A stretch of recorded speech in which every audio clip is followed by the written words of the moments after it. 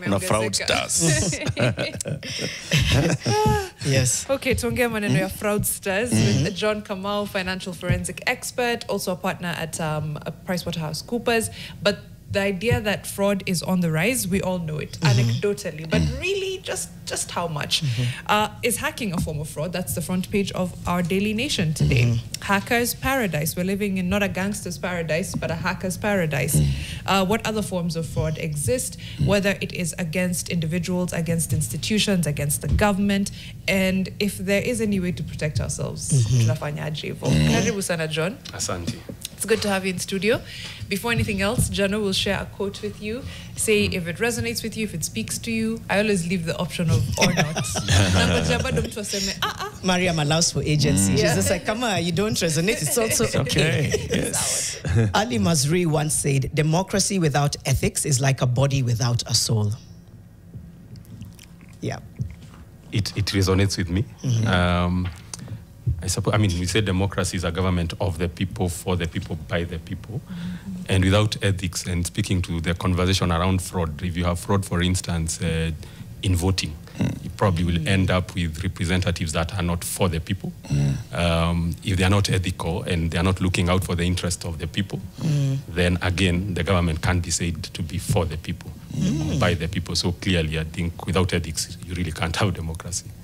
It's a beautiful one. Yeah, I like how you've tied it to fraud, you know, because it cuts across sectors. How would you define fraud? Define it. Yeah. So fraud, by definition, is when you deceive for personal gain, simply put. So fraud is one form of economic crime. And economic crime is different from violent crime, where violent crime, you have violence. Economic crime, you don't have violence. So whether you're talking of fraud, corruption, money laundering, tax evasion, so all of those you define as economic crime, fraud being one of them. Yeah. In the modern society, people always are talking about, so even a conman is a fraudster. They are. Yeah. So long as they are not forcing money out of you. If they're deceiving you yes, for their own personal gain, so they wanakuchezea hivi kidogo realize, They took off with my entire piece of land, and so on. So there are very many things that are happening now that people are classifying as fraud. A lot of it, of course, using technology, but others just still on person-to-person fraud, right? From where you sit, where are the many incidences coming in from? At times it's hard to distinguish between person-to-person fraud, because even in corporate fraud, it's really a person. So ultimately, it's a person defrauding either a corporate or an individual. And in any event, some individuals are bigger than corporates. So it's actually all fraud, including cyber fraud. I think I didn't mention it, and it's one of the biggest forms of fraud nowadays. I'm really interested and curious to hear about sort of like tactics, right? What are the fraud tactics? Which were there, which are present, and which continue to evolve? Yes. Which are the ones that come to mind? Just tactics that we need to be aware of. Some people probably know, but just name the tactics of fraud that you can see making a name for themselves in Kenya. Making a name for themselves. I would say socio-engineering. Okay. So socio-engineering basically is when you play with somebody's mind to get them, for instance, to give you information. So for instance, when we speak about hacking, most people have in mind some sophisticated coding. Somebody sat somewhere. They're in the movies. Yes. I'm many in. screens. Yeah, with 3 big screens. At some point, we should ask him how much is falsified and how much is exaggerated. dramatized. But social engineering, wow, so playing with the psyche. Yeah, so even hacking, most of the hacking actually happens through social engineering. Somebody convinces you to give them your PIN, as opposed to hacking into a machine and somehow getting a PIN. So I would say social engineering, playing on people's trust to get the information that you need to defraud them.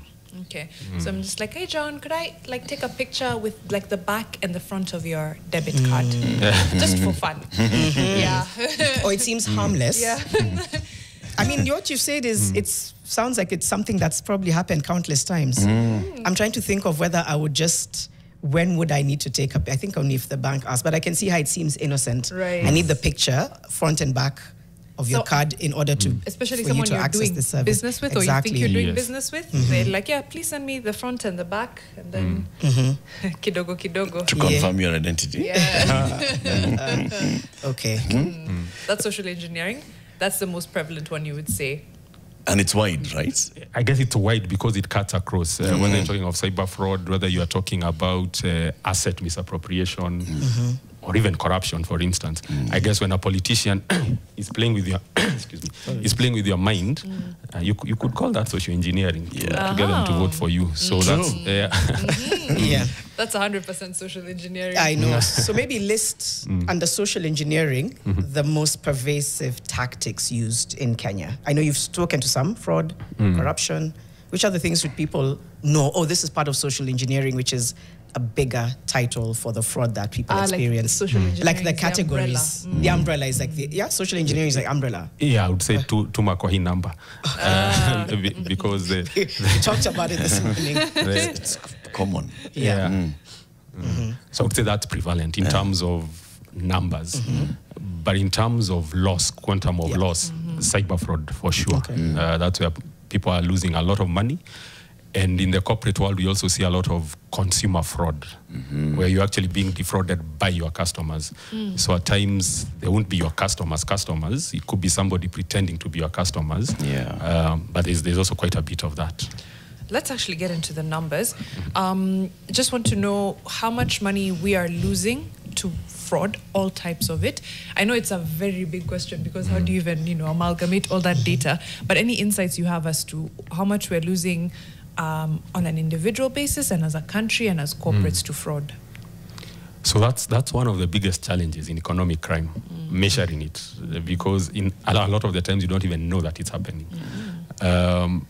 Globally, the estimate given is that companies lose 5% of their top line to fraud. 5% might not seem like a big number, so top line of your revenues. But if you consider most companies will have profits of about 20%, if you lose 5%, it means you lose a quarter of your profits to fraud. And that's the global average. And our region doesn't do very well. So I think it's safe to assume our average is higher than the 5%. Yeah, but it's always very hard to measure fraud. Quantify and measure it. Cyber fraud, are we talking about like the Yahoo boys? I am Prince so-and-so and my father died and I can't withdraw money and please do that. So there's that. Everybody receives. I do not come to you by chance. They say that? Yes. There's divinity involved. So there's that, which is, many people in Kenya would look at that and they're like, surely kuna watu wanna fall for this. But which are the ones that people in Kenya actually get and they fall victim to? Traditionally, cyber fraud was defined as fraud that uses a computer at some stage. Yes. Now, if you look at almost all fraud, at some point we'll use some device. There'll be a computer, there'll be a phone.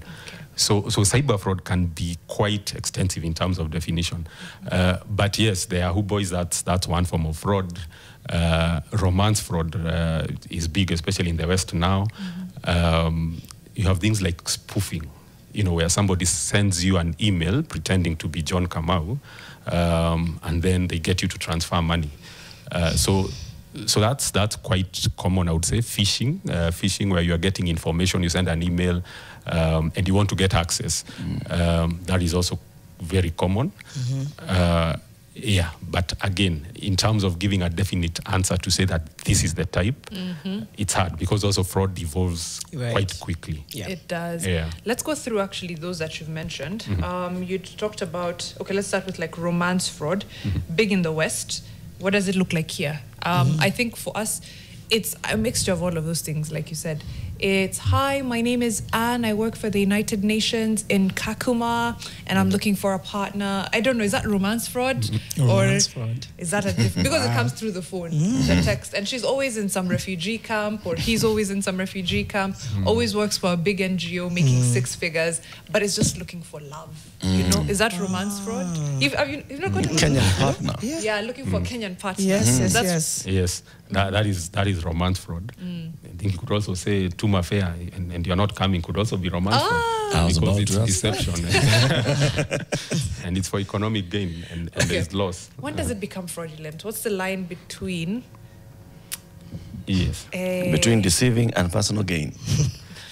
So between regular deception and fraud? I don't know. Because deception is part of life, right? Well, that's profound, but it's true. So for you to qualify as fraud, Yeah. it must be intentional. So if you meant to go, Litisha Fair, and you meant to go, then something happened and you didn't go, that's not fraud. Okay. But if it's intentional and then you deceive, so you misrepresent facts, and then you either gain or cause the other person to lose, even where you don't gain, Okay. that is fraud. So fraud is very broad. And that's why you can't speak about fraud without speaking about ethics or integrity generally. Because even corruption is fraud. Yeah. Yeah. It's important that you've emphasized that. I feel like this is the first time it's really landed because, again, you don't want to become numb to words like corruption because we hear about it all the time, but it's like we're being defrauded as citizens because of rampant corruption. So even when it's fake government tenders and all of these things that persist, what are the gaps that allow these fraudulent schemes? I'm speaking especially around government to persist. I know, I don't know if it's linked to this, but we had the AG who repeated warnings about system weaknesses. Talk to us about what that looks like in a granular, what are system weaknesses? Well, she explained, right? She said for some of them, the ICT rules were, but why do they persist? So there's the most common theory around fraud is what is called the fraud triangle theory. Okay. Basically says fraud happens when three things come together. Pressure or incentive, rationalization, and opportunity. So when you have pressure, so you need to pay a hospital bill, or you don't have rent. So there's pressure, and you can imagine in an economic situation where cost of living is going up, incomes are not going up, then there's pressure. Rationalization is when you're able to convince yourself it's okay, everybody's doing it, I'm underpaid anyway. So once that happens, then you're looking for the opportunity. And I think that's where now the systems come in. Because opportunity, you might want to steal, but you have no opportunity to steal. But when you have weak systems, if you leave your door open, then you're more likely to be stolen from. So that's why you then insist on having systems, what you'd call internal controls in the corporate world. But even with those, you still need to fix culture, because it's always possible to go around the internal controls. I was even gonna ask now, because from all security or anti-fraud trainings or warnings, you're told you're the weakest link. It's people, right? Yes. You could build the best safe, the biggest fortresses, but the weakness will always be where people are involved. You could have the best systems against hacking, the strongest passwords, but if I share the password, it doesn't matter how strong it is. When you say now this triangle of fraud exists, pressure, rationalization, opportunity. Before we even go back to these other forms of fraud, like spoofing, phishing, and things like that, walk me through what pressure, rationalization, and then, of course, now having the opportunity looks like in a fraudulent setup. So say I want to defraud my employer. I'm not saying it for real. What does it look like using this triangle? So you start with, let's start with pressure. It doesn't always start with pressure. It could start anywhere. So maybe you've moved to a new house and rent has gone up. So all of a sudden, your salary, which used to be enough, is not enough. Or you have a sick relative and all of a sudden you need 1 million shillings. So there's pressure. Then now you start to rationalize. In fact, I'm only paid 10,000, but my employer earns 1 million. Or this is grant money. Nobody will feel the pain. pinch. So then you rationalize it, or everybody else is doing it. Yeah, not a kampuni nimekaa miaka mingi. Mingi sana. Yeah. Then now you start looking for opportunity. And the opportunity will present itself based on the role you play. Yeah. So if you are a sales agent, for instance, the opportunity probably is in defrauding customers. If you are a cashier, it's in taking away the cash. So you'll probably be in the lookout and thinking, if I take cash, will anybody notice? Is it possible for me to take cash and blame somebody else? Can I come with fake cash and put it and replace it? So the opportunity, in many cases, the opportunity will be there if you look hard enough. Yeah. But as I said, then you need to have internal controls so that when people are looking, you are not the easiest target. You're not the easiest You target. know, it's easy to say, and many times you'll think, you know, a big corporation will have to spend resources to, you know, have systems that deter or block those opportunities from being present. Think about a small micro enterprise. Okay, and you're running a business, you are thinking about growing this business. You have employed people, you have customers. You've talked about there's customer fraud. So your own customers whom you want to make money from could also be wanting to make money off you by defrauding you. Your employees whom you're hoping to, you know, grow together as the company becomes bigger and all, are at that point of pressure and rationalization. And but what can I do as a small enterprise to put in those measures? I can put CCTV, but that won't help me. Sasa nitashinda nikiangalia kila mtu. Ati Mariam umeingia, let's frisk you. You came in, let's frisk you as you're going home. What are those things that small enterprises can do? One would be in terms of due diligence, say when you're employing, just doing background checks of whoever you're employing. There are many things you could do, but it becomes very hard and at times expensive. And that's why, in my view, what we need to work on is our culture. There's a story I heard once, which I think, which I like to repeat because I think it sort of explains the problem. Someone was comparing their country, a country from the global south, let me not name it, and a Scandinavian country. And he was giving the example of a farmer. I think that the Scandinavian country was Denmark.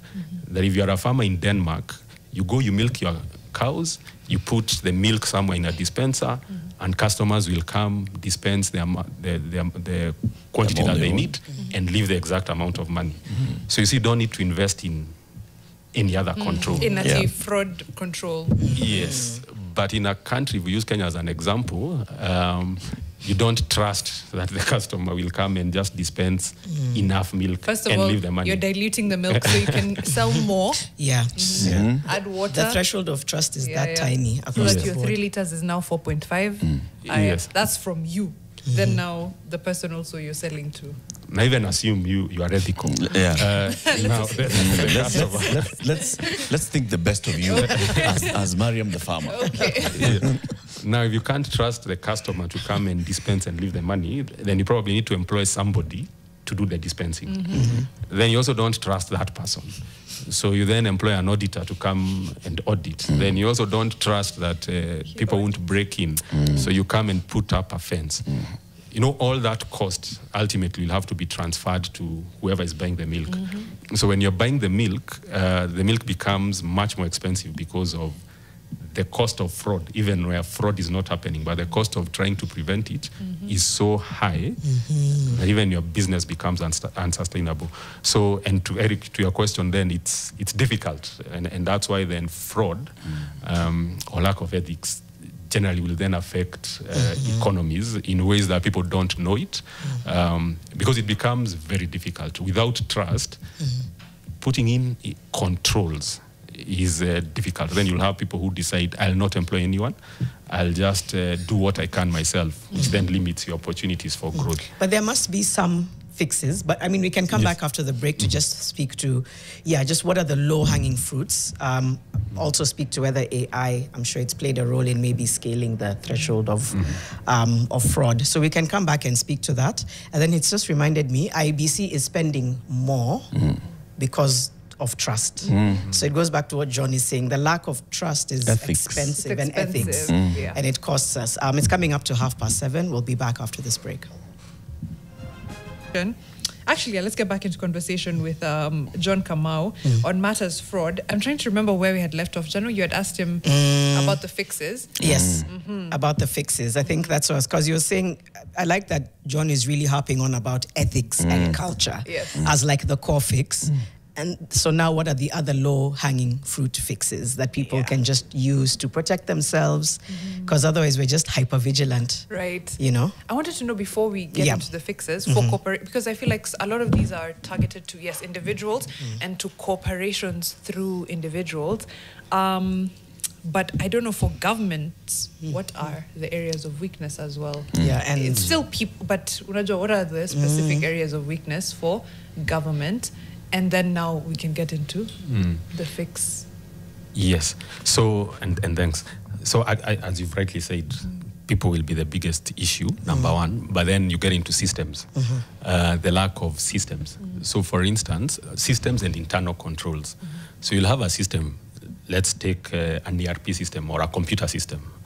In terms of the way it is designed and implemented, ideally you should have some very basic controls.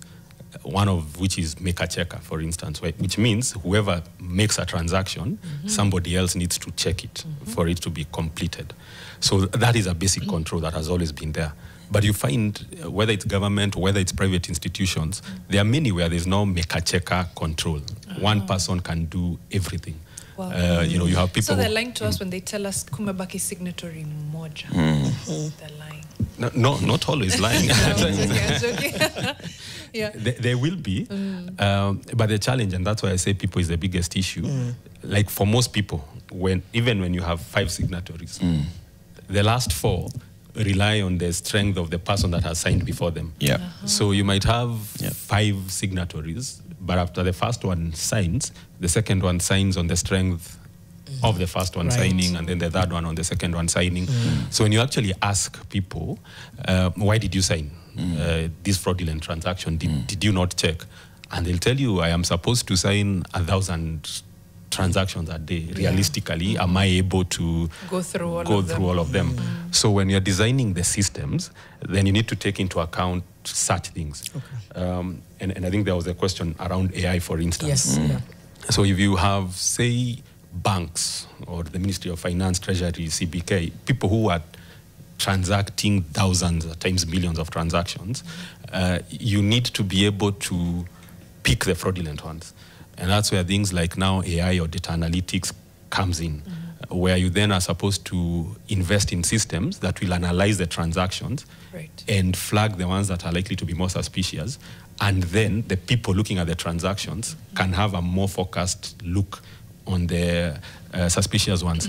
Because if you expect people to review 1,000 transactions, what happens is they won't review. Of course. So the systems in terms of design, so that whoever is doing what they're supposed to do, you know, is the right person to do it. In terms of the volumes, I think that's where we get it wrong.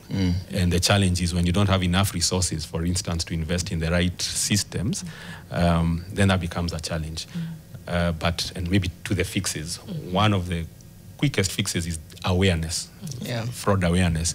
And I think that's why we even have the Fraud Awareness Week, because many people assume that fraud is not happening or that they're immune. Just being aware, there's research by the Association of Certified Fraud Examiners that shows awareness reduces fraud by 38%. Just being aware that you could be defrauded helps you reduce that fraud. But what does being aware mean? I mean, everybody knows that there could be this fraud, right? What do you mean by that awareness that would then reduce your chances of fraud? What do I need to know that, I don't know, beyond the basics, kuna watu wakora kwa hii dunia na watajaribu kunikon? I think, one, people are still very trusting. And then you will have certain people in certain institutions that assume, ni hao wengine, it's everybody else. I work for a church institution. Here people don't steal. Or the people I work with, they look very smart. They go to church or the mosque. They won't steal.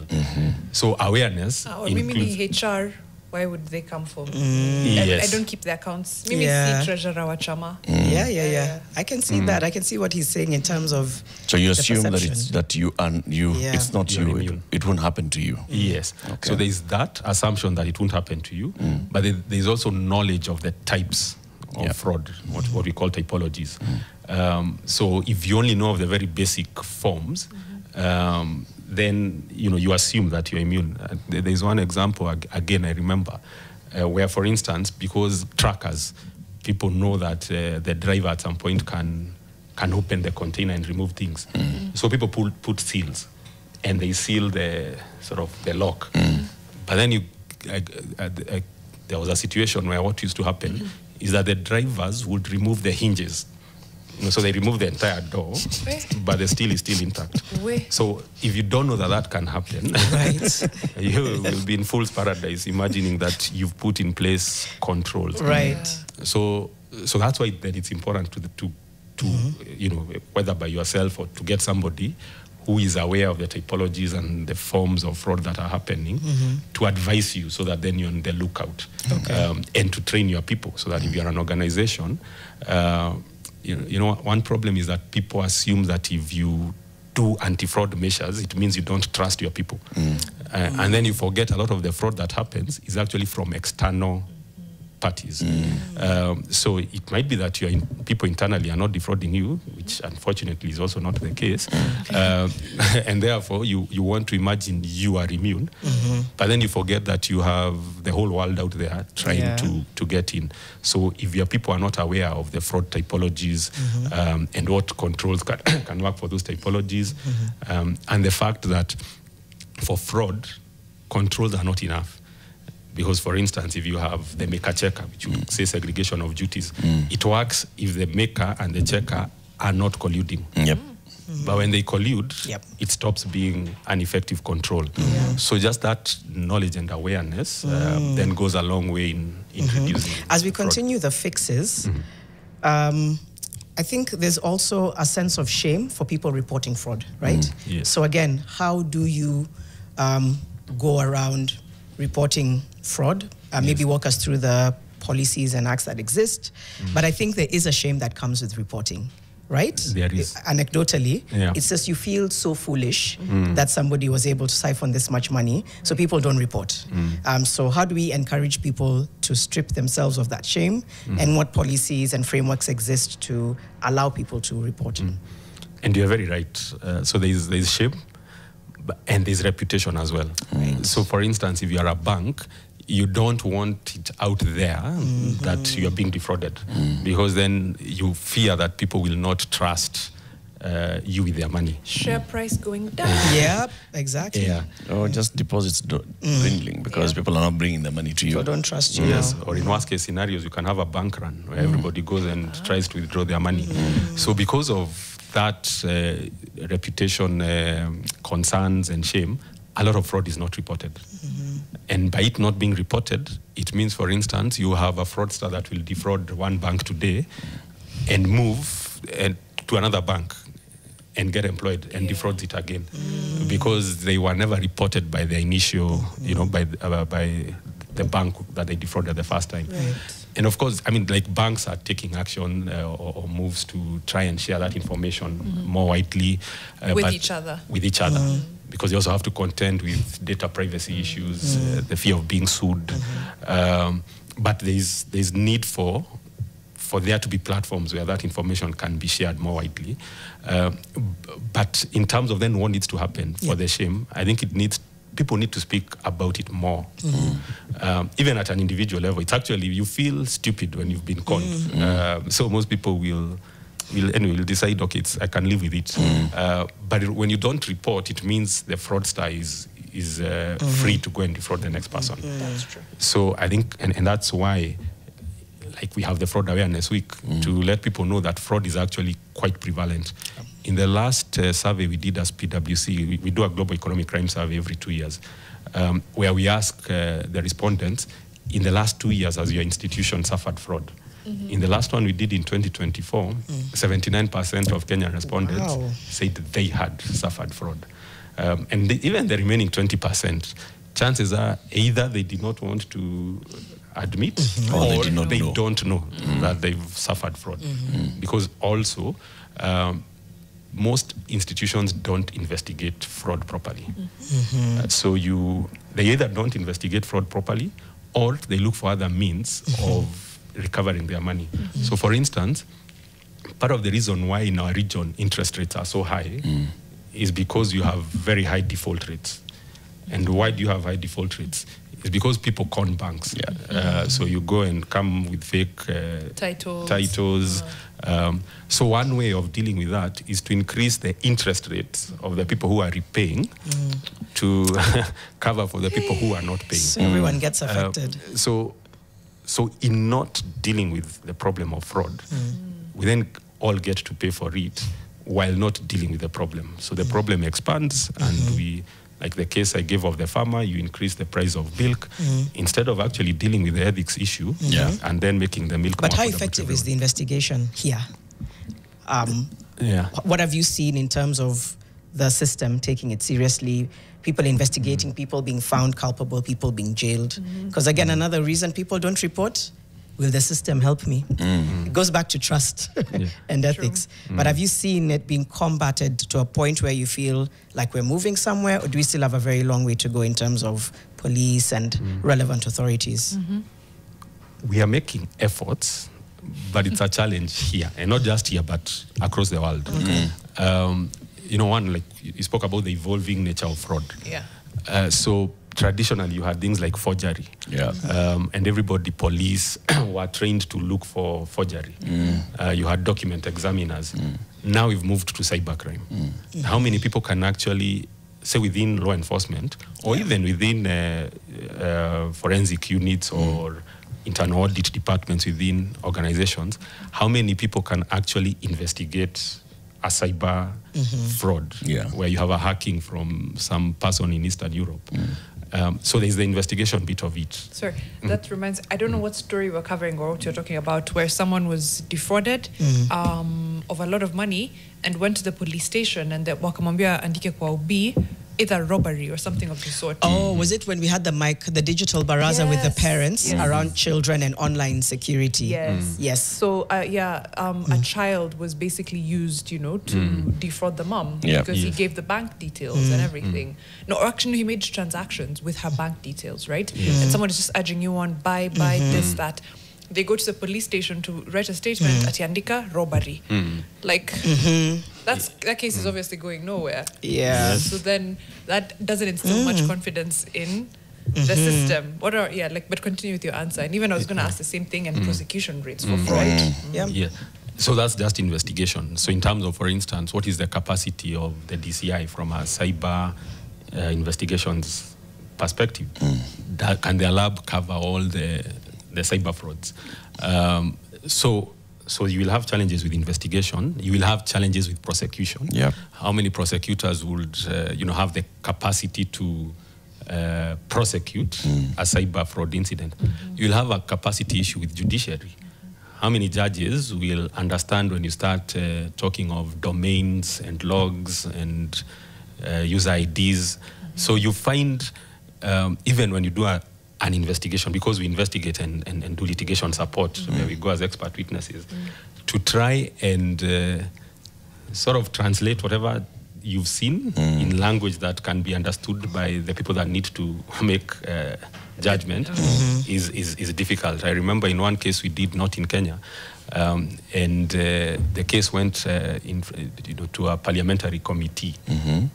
So you had some MPs asking, who is that? Nani huyo aliandika? But now trying to explain that there was no person.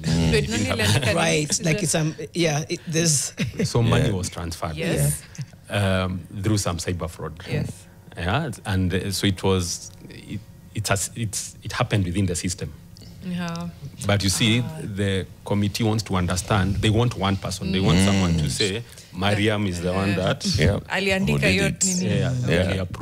approved your transfer. Yes, but it was an automated transaction where so long as you put the right credentials, then there are certain things that work in the background.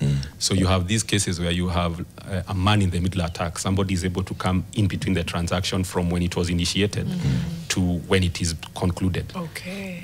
So that person is not even in the country. At times you can't even tell where they are because the IP address might say they're in the US, but they could be anywhere. They could be anywhere. It's a VPN, yeah. It's a VPN. Now, to explain that to someone who does not have that IT knowledge becomes very difficult. So prosecution is a problem, even where the will is there. Before you now bring issues around corruption and what have you, just capacity itself is a big challenge. So most people then opt to not even report. Pursue it, yeah. We should push for trainings. I know. Yes. I know people will say, oh, resourcing, I get it, but I'm almost like, as you're doing this annual training, there must now, I think, be some kind of modules around, just basic. I know it evolves, but I feel like you have to evolve with the times. True. And if the times are that, you know, fraud is prevalent, can there just be some basic 1, 2, 3 across sectors, police, force, etc.? Agreed. I've done like 2 here, and Yes. it feels like a bother, But it's so helpful. Yeah, Yes. but it's just like, oh my gosh. Yeah. I wanted to ask. We talked about. Oh, sorry. Go ahead. Romance fraud, spoofing, and phishing. We didn't get into. I think it's important to know, the different forms as individuals that we are targeted, whether it's so that they can get to your organization, to your bank, to whoever. Spoofing, phishing, what And are consumer those? fraud as well. And consumer fraud. Yes. So spoofing, and many of them will be sort of interrelated. So phishing is you're trying to get information. It can be through emails, it can be through vishing, through videos. I think, which one? There's the one for phones. I think vishing with a V voice. So this is tuma kwa hii number, basically. So if you use an email, then it's phishing with PH. Yeah, so somebody sends you an email, tells you click here. So when you click here, they get your information. Spoofing, and I hope I'm not confusing the names, there are very many, is where you send an email that says Eric Latif with, is it 1F or whatever. So, Yes. And we find a lot of those, for instance, where a vendor has delivered something, they need to be paid. Yeah. The fraudsters get to know about that transaction. Yeah. They send an email that looks like it's coming from that vendor, saying that they've changed their banking details. Then it goes to someone in finance, and because they are weak systems or they are not aware, they change the payment instructions. I mean, the bank. Yeah.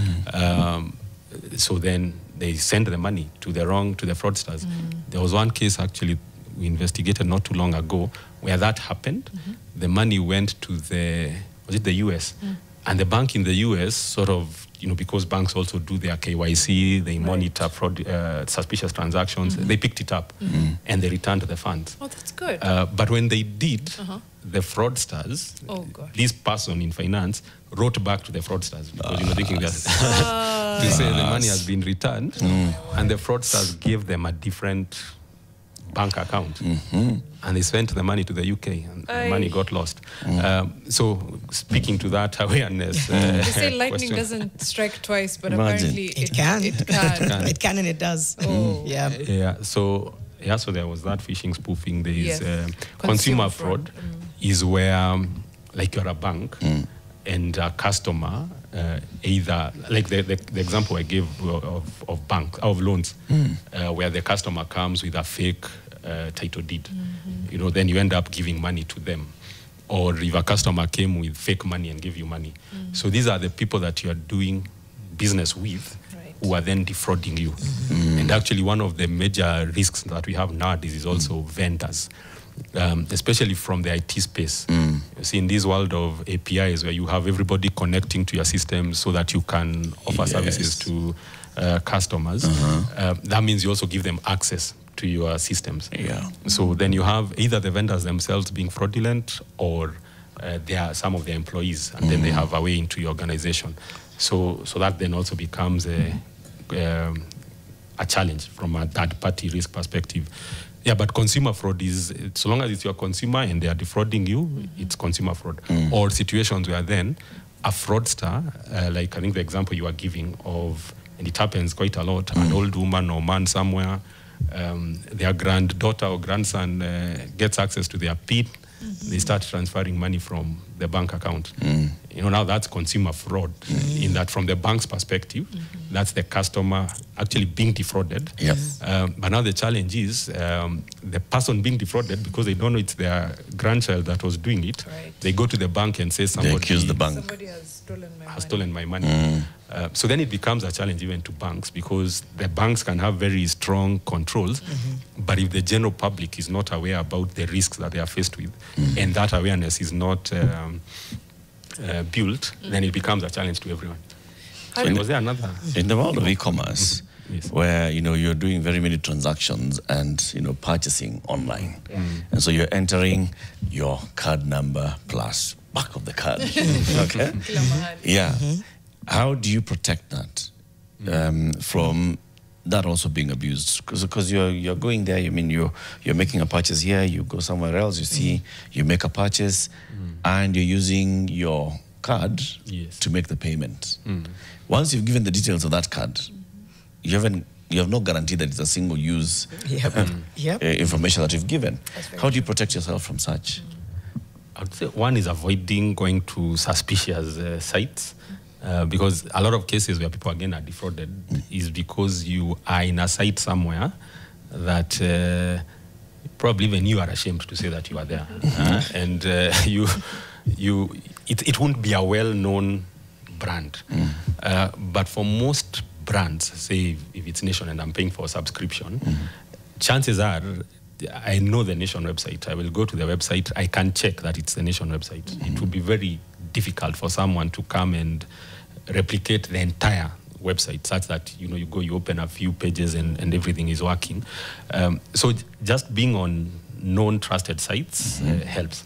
And then you obviously then expect that whoever, if it's Nation Media, they are taking the measures that they need to take to ensure that information, once they receive it, is protected. Actually, one of the biggest debates, I think like in the UK, Europe, is the question of how much responsibility does, say, a bank have in protecting their customers from being defrauded. Right. And the yardstick nowadays is becoming that unless you can show you did everything possible as a corporate, then you should make good the loss, whether the person was defrauded. What is everything possible? Now, I know it is a very difficult conversation, but it's meant to sort of push the vendors, especially in e-commerce, to make sure that if you are getting people's payment details, then they are safe. You've put in the security measures. Yes. Because that's where you may be dealing with what you consider to be a proper platform.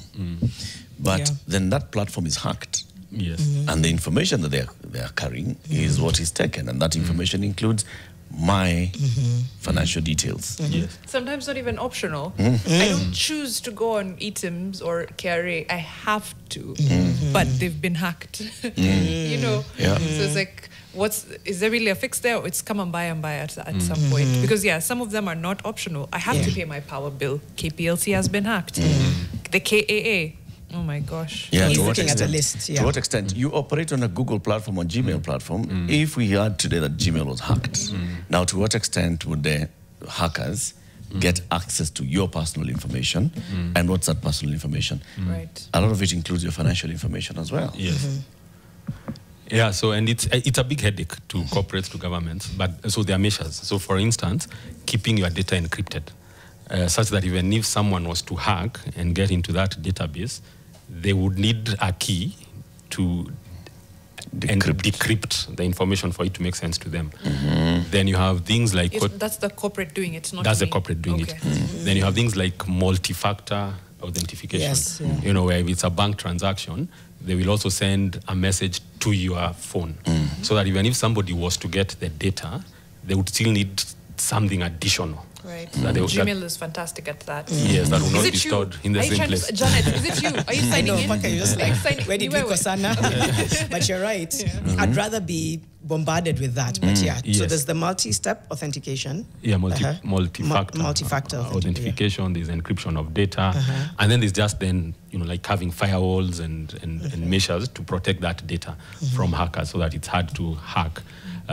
But again, you still have to deal with the people issues because, if, for instance, you have an internal party that then leaks that data, then that's also a problem. So even internally, things like who has access to what data, people only having access to what they need. Right. But it's a big conversation. You can imagine even things like medical records. Yeah. You know, if they were to leak, how much information would that be? So it's a big topic. A minute to break, even less than that. Can you insure yourself against fraud? Just as we close. Yes. How? So there are certain, you can insure yourself, for instance, against cyber fraud. You have such covers against employees, employee theft. So insurance companies do offer certain covers for fraud. It's good to know. I'm guessing the premiums are quite high. It's still good to know as an option. Thank you very much, John. John Kamau, financial forensic expert, talking to us about the evolving face of fraud, which will continue to evolve. So it's about how we protect ourselves, how we are made aware. This week is Fraud Awareness Week. It runs till when? Friday. End of the week. End of the week. Oh, this week is Fraud Awareness Week. So it runs till end of the week. Thank you very much for the conversation. In the next hour, Africa's push for UN reforms. Stephen Jackson is a UN resident coordinator, Kenya. It's coming up to 8 a.m.